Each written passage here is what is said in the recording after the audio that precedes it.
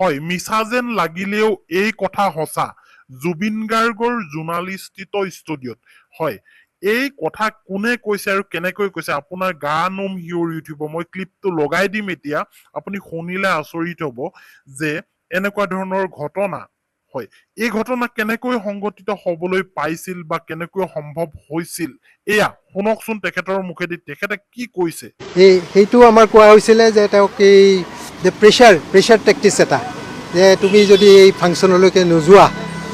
চেম কানুৱে কৈছিলে মই আত্মহত্যা কৰিম বা অনুষ্ঠানবিলাকত লৈ যায় কেনেকৈ কম পইচা দি পেলাই তেওঁক হেৰি কৰে এই গোটেইখিনি কথা আজি আদালতত কোৱা হৈছে আৰু আমিও কৈছোঁ যে তেওঁৰ ভতিজাই কৈছে যে তেওঁক কেনেকৈ সামগ্ৰী হিচাপে তেওঁক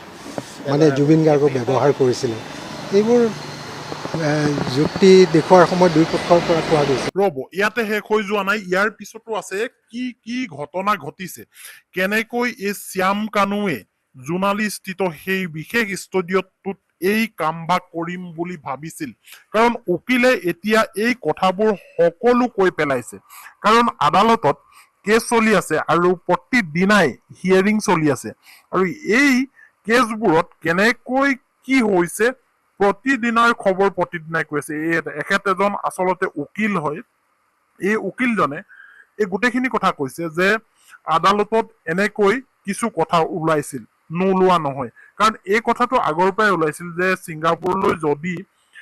জুবিন গাৰ্গ নাযায় তেনেহলে শ্যাম কানু মহন্তই এনেকুৱা এটা ব্যৱস্থা কৰিব এনেকুৱা এটা কৰ্ম কৰিব আৰু সেই কথাটো এতিয়া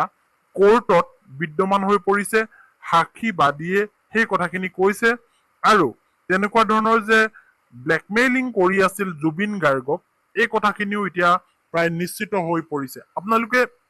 আগৰ পৰাই শুনি আছিল কাৰণ জুবিন গাৰ্গে সেইটো কথা সম্পূৰ্ণ নতুনকৈ কোৱা কথা নহয় তেওঁ জীৱিত কালতেই ছিংগাপুৰলৈ যোৱাৰ আগতেই কৈ গৈছিল যে মই যদি নাযাওঁ এই প্ৰগ্ৰেমটোত ছিংগাপুৰলৈ তেনেহলে আকৌ কোনোবা এটাই এনেকুৱা এটা কামভাগ কৰিব এনেকৈ কৈছিল এতিয়া প্ৰশ্ন হৈছে জুবিন গাৰ্গে তেনে আগতে গম পাইছিল বা জুবিন গাৰ্গৰ বন্ধুবৰ্গ বা তেখেতৰ যিখিনি ক্লোজ মানুহ আছে তেওঁলোকে গম পাইছিল কাৰণ শ্যাম কানুৱে এনেকৈ যে কথা কৈ আছে ভয় খুৱাইছে জুবিন গাৰ্গক আৰু গতিকে জুবিন গাৰ্গে ছিংগাপুৰলৈ যাবলগীয়া হৈছিল এতিয়া আপোনালোকে এটা ভিডিঅ' ক্লিপ মনত পেলাওক জুবিন গাৰ্গে চুলি কাটি আছিল কাষত প্ৰভা নামৰ সেই ছোৱালীগৰাকী আছিল আৰু চুলি কাটি থকাৰ সময়ত কোনোবা এজনক এটা ভিডিঅ'ত কৈ আছে ভিডিঅ' ক্লিপ আছিল সেইটো মোবাইলত তেতিয়া কৈছিল যে ছিংগাপুৰলৈ যাম নহয় পৰহিলৈ গতিকে চুলি কাটি লৈছো তাৰপিছতে কাষত থকা সেই প্ৰভা নামৰ ছোৱালীগৰাকী কোন সোধাত কৈছিল যে এই মোৰ লগত চিনেমাত কাম কৰে তাই ভাল গান গায় ডান্স কৰে ইত্যাদি ইত্যাদি কথা তাইও যাব মোৰ লগত অৰ্থাৎ চুলি কটাৰ সময়ত সেই প্ৰভা নামৰ ছোৱালীগৰাকীও জুবিন গাৰ্গৰ নিচেই কাষতে আছিল আৰু কোনোবা সুহৃদয় এজন আছিল যিজনৰ লগত জুবিন গাৰ্গে কথা পাতিছিল আৰু তেতিয়াই আপোনালোকে গম পায় যে জুবিন গাৰ্গ কলৈ যাব ছিংগাপুৰলৈ যাব আৰু জুবিন গাৰ্গে এনেকুৱা ধৰণেও মানুহক কৈ গৈছিল যে যদি মই ছিংগাপুৰলৈ নাযাওঁ এই শ্যাম কানু নামৰ এই ব্যক্তিজনে মোক এনেকুৱা এটা কাম কৰি দিম বুলি কৈছে তেনেহলে এইটো এটা অপৰাধ হ'ব পাৰে গতিকে এতিয়া এইখিনি সময়ত চৰ্চাৰ বিষয় হৈ পৰিছে এই উকিলজনৰ ভাষ্যটো